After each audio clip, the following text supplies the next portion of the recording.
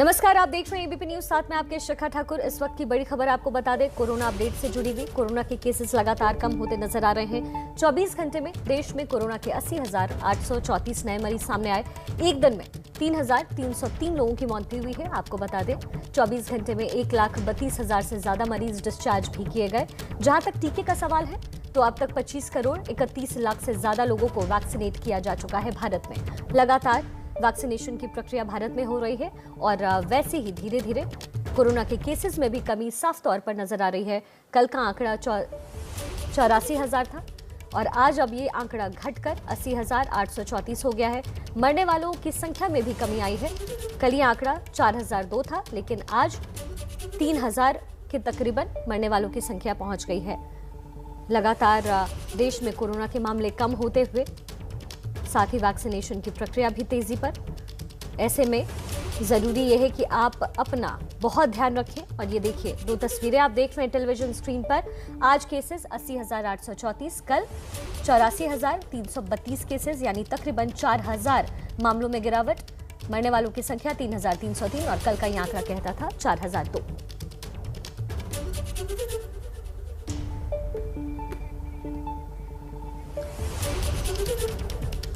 और अब आपको वैक्सीन रिपोर्ट भी दिखा देते हैं हम। अब तक भारत में वैक्सीनेशन की प्रक्रिया कितनी रफ्तार में है। कुल डोजेज अब तक 25 करोड़ 31 लाख। पहली डोजेज लगने वालों की संख्या है 20 करोड़ 48 लाख और दूसरी डोजेज यानी जिन लोगों को दोनों डोजेज पूरी तरीके से लग चुकी है उनकी संख्या 4 करोड़ 83 लाख। तो लगातार वैक्सीनेशन की प्रक्रिया भारत में जोरों पर और अब धीरे धीरे कोरोना केसेस भी घट रहे हैं। देखिए, देश में कोरोना के नए मामले अब कम होने लगे हैं। आने वाले महीनों में टीकाकरण की रफ्तार भी बढ़ने की उम्मीद है, लेकिन हर्ड इम्यूनिटी कब आएगी, कब तक कह पाएगा देश मास को अलविदा, और पता कैसे चलेगा कि देश में हर्ड इम्यूनिटी अब आ चुकी है। देखिए इस रिपोर्ट के जरिए।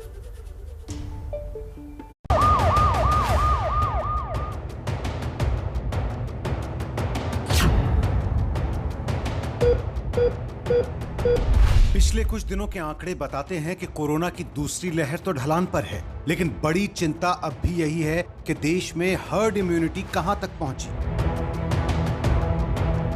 कब तक देश की बड़ी जनसंख्या में हर्ड इम्यूनिटी आएगी ताकि आगे संक्रमण की लहर से इतना नुकसान ना हो। ये बात तो आप जानते ही होंगे कि हर्ड इम्यूनिटी दो तरीकों से हासिल हो सकती है। पहला तरीका है कि ज्यादा से ज्यादा आबादी का टीकाकरण कर दिया जाए और दूसरा तरीका है कि आबादी का बड़ा हिस्सा कोरोना संक्रमण का शिकार होकर एंटीबॉडी डेवलप करे। लेकिन फिलहाल इन दोनों ही पैरामीटर पर भारत हर्ड इम्यूनिटी से दूर है। जब तक ग्रेजुअली 70% से ज्यादा लोग नहीं हो जाएंगे, कंप्लीट हर्ड इम्यूनिटी आना संभव नहीं होगा। लेकिन दोनों को मिला के अगर 70% लोग हो जाते हैं तो एटलीस्ट वह उतनी समस्या नहीं रहेगी। तो 70% से कम नहीं होने चाहिए। इन्फेक्शन को रोकने में उतना कारगर नहीं है वैक्सीन, सीवियरिटी को रोकने में ज़्यादा कारगर है, डेथ को रोकने में।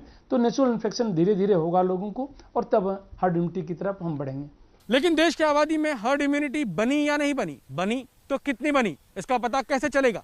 तो जवाब है सीरो सर्वे। भारत में अब तक 3 सीरो सर्वे हो चुके हैं और ये सीधा इशारा करते हैं कि कोरोना संक्रमण से जूझती देश की आबादी लगातार हर्ड इम्यूनिटी की ओर बढ़ी है। तो कितनी है देश की हर्ड इम्यूनिटी? अब तक हुए 3 सीरो सर्वे ये संकेत देते हैं। पहला सर्वे जून से सितंबर 2020 में किया गया। सिर्फ 0.73% लोगों में हर्ड इम्यूनिटी पाई गई। ये सर्वे 28,000 लोगों पर किया गया था। दूसरा सर्वे सितंबर से नवंबर 2020 में हुआ। इसमें एंटीबॉडीज बढ़कर 6.6% पहुंच गई थी। ये सर्वे 29,000 लोगों पर हुआ। और तीसरा सर्वे हुआ दिसंबर जनवरी में। यहाँ पर 21.5% लोगों में एंटीबॉडीज पाई गई। ये सर्वे 28,500 लोगों पर किया गया। यानी तीसरे सीरो सर्वे के मुताबिक जनवरी तक 21.5% आबादी संक्रमण का शिकार हो चुकी थी। और इसके बाद देश में कोरोना की दूसरी लहर आई। लेकिन दूसरी लहर के बाद देश के कितने लोगों में एंटीबॉडी है, यानी हर्ड इम्यूनिटी फिलहाल कितनी है, ये जानने के लिए Indian council of medical research यानी ICMR देश में चौथा सीरो सर्वे करने की तैयारी में है। सीरो सर्वे से ये पता चलता है कि रियली इन्फेक्शन जो है किस हद तक समाज में फैला हुआ है। जो हम ये टेस्टिंग करके पर डे 1 लाख 2 लाख या 4 लाख केसेस करते हैं, उसके एक लिमिटेशंस हैं। वह एक्चुअल कितना फैलाव है उसके बारे में नहीं बताता है। ये सीरो सर्वे ये बताता है कि एक्चुअल जो है कम्युनिटी में कैसे स्प्रेड हुआ है कोई भी डिजीज। जैसे 3 सीरो सर्वे हो चुका है कंट्री लेवल पे, चौथा ICMR कर रहा है, तो उससे हमें ये पता चलेगा कि कहाँ कहाँ हमें फोकस करना चाहिए। अगर कहीं 70% या उससे ज़्यादा सीरो सर्वे पॉजिटिव है, या तो वैक्सीन से या आपके डिजीज से, तो वहाँ हमारा फोकस नहीं होना चाहिए, वहाँ हमें नॉर्मलसी की तरफ बढ़ जाना चाहिए। नॉर्मलसी मीन सब कुछ नॉर्मल की तरफ हो जाना चाहिए। जहाँ पे कम है वहाँ एग्रेसिव होकर हमें वैक्सीनेशन करना चाहिए। चौथे सीरो सर्वे से देश में हर्ड इम्यूनिटी को लेकर काफी हद तक संकेत मिलने की उम्मीद है। जानकारों का मानना है कि इससे सरकार को यह तय करने में मदद कर सकता है कि लॉकडाउन की पाबंदियों, सैनिटाइजेशन और मास्क से कब तक ढील मिल सकती है। लेकिन ये सीरो सर्वे होता क्या है और कैसे किया जाता है, ये जानना भी जरूरी है। सीरो सर्वे के तहत ब्लड सैंपल लेकर शरीर में एंटीबॉडी की मौजूदगी का पता लगाया जाता है। सीरो सर्वे के लिए रैंडम सैंपलिंग की जाती है। 2020 में पहला सीरो सर्वे हुआ और सर्वे के लिए देश को 2 भागों में बांटा गया। पहले भाग में लिए गए सबसे ज्यादा संक्रमण वाले शहर, इन शहरों में 5 कंटेनमेंट जोन चुने गए। हर कंटेनमेंट जोन से 10-10 लोगों के ब्लड सैंपल लिए गए। वहीं दूसरे भाग में करीब 60 शहर चुने गए। कोरोना के केसों के आधार पर लो, मीडियम और हाई कैटेगरी में बांटा गया और इन सभी जगहों से 10 कंटेनमेंट जोन में से सैंपल लिए गए।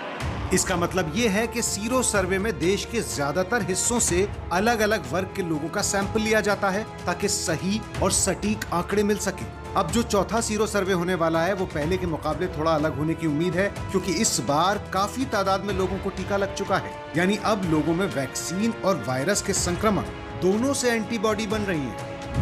करीब महीने भर चलने वाले चौथे सीरो सर्वे में कुल 28,000 सैंपल लिए जाएंगे, जिनमें से 14,000 बच्चे और 14,000 वयस्क होंगे। 6 साल की ऊपर की उम्र के बच्चे भी इस बार सर्वे का हिस्सा होंगे और ग्रामीण इलाकों से ज्यादा सैंपल लेने पर जोर होगा। लेकिन जानकारों का मानना है कि हर्ड इम्यूनिटी के सही आंकड़े जानने के लिए राज्यों को भी व्यापक सीरो सर्वे करवाने चाहिए।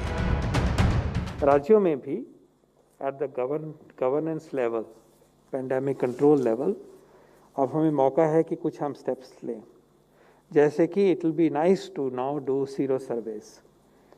नेशनल सीरो सर्वे की पूरी तैयारी हो गई है और इसी महीने में नेशनल सीरो सर्वे जो ICMR करते आए हैं वो अपने नेक्स्ट सीरो सर्वे का काम शुरू करेंगे। हमें एक नेशनल सीरो सर्वे पे ही डिपेंड होकर नहीं करना होगा, हमें राज्यों को भी सीरो सर्वेज करने के लिए उत्साहित करना होगा। ये वक्त है उस काम को करने का, और सर्वेलेंस जो है वो हर ज्योग्राफी में हो, क्योंकि फैसले जो हैं वो स्टेट एंड सब स्टेट एंड डिस्ट्रिक्ट लेवल पे होने चाहिए। इन चीज़ों के उसी पे ही कंट्रोल कर देना। यानी सीरो सर्वे से ये पता लगाया जा सकता है कि देश की कितनी प्रतिशत आबादी में एंटीबॉडी बनी, लेकिन क्या ये हर्ड इम्यूनिटी के लिए पर्याप्त है ये पता लगाया नहीं जा सकता। इसलिए जब तक सही और पूरी रिपोर्ट ना आ जाए सावधानी बरतना जारी रखें। उम्मीद है कि इस साल के अंत तक टीकाकरण के बाद देश पूरी तरह सुरक्षित हो जाएगा। और देखिए, कोरोना की तीसरी लहर की आशंका के बीच हर दिन चर्चा यही कि वैक्सीनेशन का लक्ष्य क्या होने वाला है। सरकार कहती है कि साल के अंत यानी 31 दिसंबर तक पूरे देश को वैक्सीनेट करना है, लेकिन ये कैसे होगा? कितनी वैक्सीन आएगी और कहां से आएगी? वैक्सीनेशन का कनाडा मॉडल क्या कहता है और वैक्सीनेशन का देश की अर्थव्यवस्था से क्या कनेक्शन है, देखिए। 21 जून सोमवार से देश के हर राज्य में 18 वर्ष से ऊपर की उम्र के सभी नागरिकों के लिए भारत सरकार राज्यों को मुफ्त वैक्सीन मुहैया कराएगी। बीते सोमवार प्रधानमंत्री मोदी के सभी को मुफ्त वैक्सीन देने की घोषणा के बाद केंद्र सरकार ने 74 करोड़ वैक्सीन डोज का ऑर्डर दिया है। सरकार का दावा है कि अगस्त से दिसंबर के बीच देश में 250 करोड़ से ज्यादा वैक्सीन डोज होंगी। अगले 6 महीने में आप देख रहे हैं कि बायोई का वैक्सीन दिखाई दे रहा है, कैडिला जाइडस का DNA वैक्सीन दिखाई दे रहा है, उसके बाद में जिनोवा का mRNA वैक्सीन दिखाई दे रहा है, नेजल वैक्सीन दिखाई दे रहा है, J&J की प्रोडक्शन यहाँ पे होगी वो दिखाई दे रही है। नोवावैक्स जो वैक्सीन है वो सीरम बनाएंगे, स्पुतनिक ऑलरेडी बन रहा है। तो look at the plethora of vaccines that are available, the bouquet of vaccines for this deadly disease. ये तो बात हुई दिसंबर तक देश की आबादी को वैक्सीन की दोनों डोज लगाने की, मगर फिलहाल सितंबर तक देश में टीकाकरण का फोकस है वयस्क आबादी को कम से कम 1 डोज लगाने की।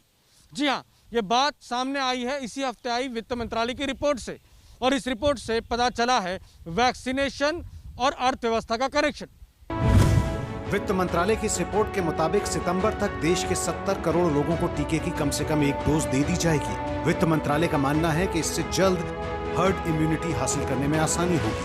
हर्ड इम्यूनिटी के बाद संक्रमण का खतरा कम होगा, काम धंधे वापस शुरू होंगे और इसका सीधा फायदा इकोनॉमी को होगा, यानी अर्थव्यवस्था को पटरी पर लाने की कोशिश भी तेज हो जाएगी। आप पूछेंगे कि पहली डोज पर इतना फोकस क्यों? दरअसल कनाडा में ये model first dose for all यानी सबको मिले पहली डोज काफी कामयाब रहा है। कनाडा ने अपनी पूरी आबादी को पहली डोज लगाने में कामयाबी पाई, जिसका नतीजा ये रहा कि टीके की पहली डोज लेने के बाद वहां संक्रमण बहुत कम हो गया और सिर्फ 0.15% लोग ही कोरोना के शिकार हुए। ये तादाद बेहद कम है, लेकिन भारत में सितंबर तक पहली डोज सबको देने का लक्ष्य आसान नहीं है। आइए समझते हैं कि किस गणित से ये लक्ष्य हासिल किया जा सकता है। देश की कुल वयस्क आबादी है 94 करोड़, जिनमें से अभी तक 20 करोड़ लोगों को पहली डोज मिल चुकी है। बाकी बचे 74 करोड़ लोगों को पहली डोज मिलना अभी बाकी है। 30 सितंबर में बचे हैं 110 दिन, तो इस हिसाब से 74 करोड़ लोगों को पहली डोज देने के लिए हर दिन लगानी होंगी 67,27,000 डोज। अगर इस आंकड़े को घंटे में देखें तो 110 दिन में घंटे होते हैं 2640, यानी 74 करोड़ लोगों को पहली डोज देने के लिए 2,80,000 डोज प्रति घंटा लगानी होगी। इस गणित के अलावा जिन लोगों को महीनों पहले पहली डोज मिल चुकी है, उन्हें दूसरी डोज भी लगानी होगी ताकि वो पूरी तरह वैक्सीनेट हो सके। यानी मंजिल आसान तो कतई नहीं है, लेकिन असंभव भी नहीं। अगर ये लक्ष्य हासिल कर लिया तो संक्रमण तो काबू में आएगा ही, कामकाज की रफ्तार भी बढ़ेगी और इकोनॉमी की भी। लेकिन सितंबर तक टीकाकरण में दिन रात एक करना होगा।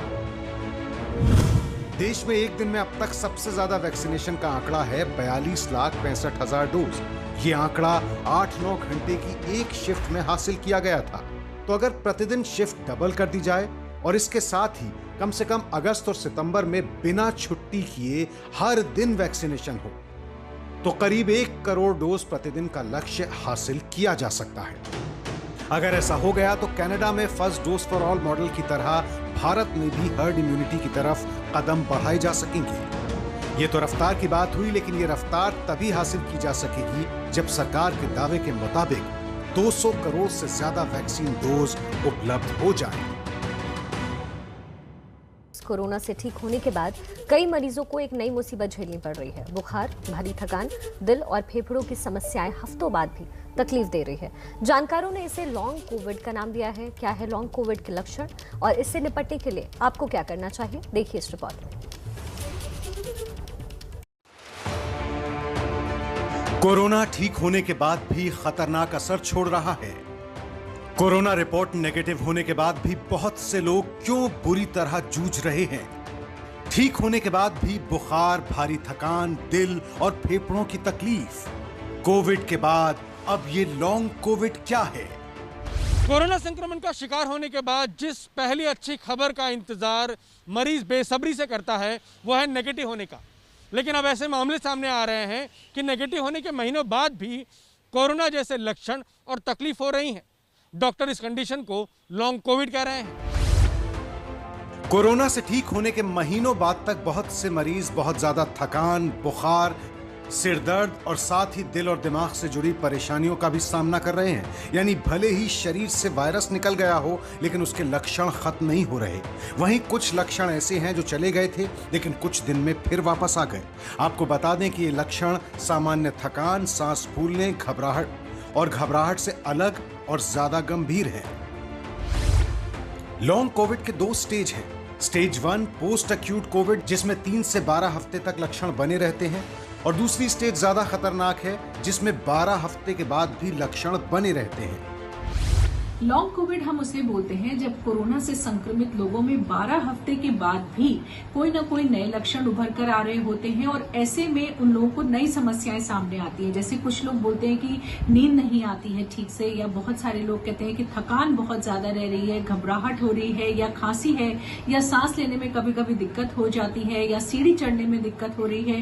वहीं कुछ लोग बोलते हैं कि जोड़ों में दर्द है, बाल झड़ रहे हैं, कुछ लोगों को बहुत ज्यादा एंजाइटी हो रही है, अवसाद हो रहा है, या कुछ लोग बोलते हैं कि धड़कन बहुत तेजी से बढ़ जाती है अचानक से। तो ये कुछ इस तरह की समस्याएं हैं। लॉन्ग कोविड से जूझते लोगों में तेज सिर दर्द, जोड़ों में दर्द, बुखार, सांस लेने में दिक्कत, सीने में दर्द, डायरिया, पीलिया, त्वचा में एलर्जी, किडनी की समस्या या फिर एंजाइटी और डिप्रेशन हो सकता है। लॉन्ग कोविड पर इटली के जेमिली यूनिवर्सिटी अस्पताल में भर्ती 143 लोगों पर एक स्टडी की गई, जिनमें से 88% मरीजों में इनमें से कोई न कोई लक्षण पाया गया। भारी थकान सबसे आम लक्षण था। वहीं अमेरिका के US centre for disease control and prevention की एक रिपोर्ट में 3171 कोविड मरीजों की स्टडी की गई, जिन्हें अस्पताल में भर्ती नहीं किया गया था। उनमें से 69% को 6 महीने में एक या अधिक बार इन लक्षणों की शिकायत लेकर डॉक्टरों के पास जाना पड़ा था। भारत में लॉन्ग कोविड को लेकर कोई पुख्ता रिसर्च या डेटा फिलहाल नहीं है, लेकिन कोरोना के मरीजों का इलाज कर रहे देश के बहुत से डॉक्टर इसके बारे में आगाह कर रहे हैं। एम्स में लॉन्ग कोविड के मरीजों को लेकर एक डेटा तैयार किया जा रहा है। हमारी तरह कोरोना की दूसरी लहर से जूझ चुके यूके के नेशनल स्टैटिस्टिक्स ऑफिस के मुताबिक मार्च में 11 लाख लोगों ने लॉन्ग कोविड के लक्षण रिपोर्ट किए हैं। यूके की ये तादाद काफी बड़ी है और दूसरी लहर के बाद जानकारों का मानना है कि भारत में भी बड़ी संख्या में लोग लॉन्ग कोविड के लक्षण से ग्रस्त हो सकते हैं। कोरोना के गंभीर मरीजों के हृदय पर भी लंबे समय तक असर रह सकता है। ऐसा माना जाता है कि ऐसे जो हाई रिस्क ग्रुप्स हैं उनमें जो है ये बीमारी जो है सडन कार्डियक डेथ कर सकता है, हार्ट अटैक के चांसेस बढ़ा सकता है। लेकिन ये हार्ट अटैक सभी को होगा ऐसा मानना बहुत मैं कहूंगा कि सही नहीं होगा, क्योंकि जो इस तरह के इवेंट्स हैं अभी भी रेयर हैं और अभी तक जो बैकग्राउंड ऐसे सडन कार्डियक डेथ से जो कोविड टाइम से पहले थे एज कंपेयर टू इस कोविड टाइम में, ऐसा कोई डिफरेंस अभी तक किसी भी स्टडी में पब्लिश नहीं हुआ है। इसलिए तीसरी लहर की तैयारी के लिए चिकित्सकों और पैरामेडिकल स्टाफ की ट्रेनिंग शुरू हो गई है। उन्हें लॉन्ग कोविड के बारे में बताया जा रहा है। जानकारों के मुताबिक तीसरी लहर में बड़ी संख्या में लॉन्ग कोविड के मरीज हो सकते हैं, यानी वो लोग जिन्हें कोरोना के बाद भी उसके गंभीर लक्षणों से संघर्ष करना पड़ा है। लॉन्ग कोविड में खास तौर से पहली बात इसका ध्यान रखना है कि अगर कोई भी नया लक्षण उभर करके सामने आता है तो हमें डॉक्टर से संपर्क करना है और उनसे इसके बारे में बात करनी है। दूसरी चीज, हमें अपने पानी के लेवल को, यानी कि जितना मात्रा में हम दिन भर में तरल पदार्थ ले रहे हैं वो हमें ध्यान रखने की जरूरत है कि हम अच्छी मात्रा में लगभग 2 से 3 लीटर दिन भर में तरल पदार्थ लें, ताकि हमारा हाइड्रेशन लेवल जो है बॉडी का वो अच्छा रहे। वहीं हमें इस समय में रिकवरी पीरियड में हाई प्रोटीन डाइट लेनी चाहिए। तो हम कोशिश करें कि हमारी डाइट में ऐसी चीजों को हम इंक्लूड करें जिनमें कि प्रोटीन अच्छी मात्रा में होता है।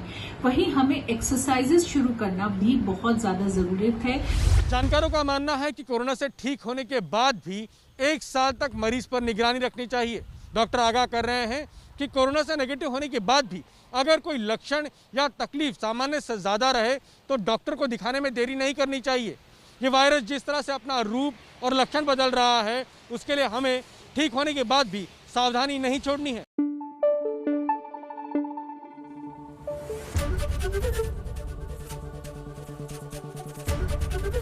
एबीपी न्यूज आपको रखे आगे।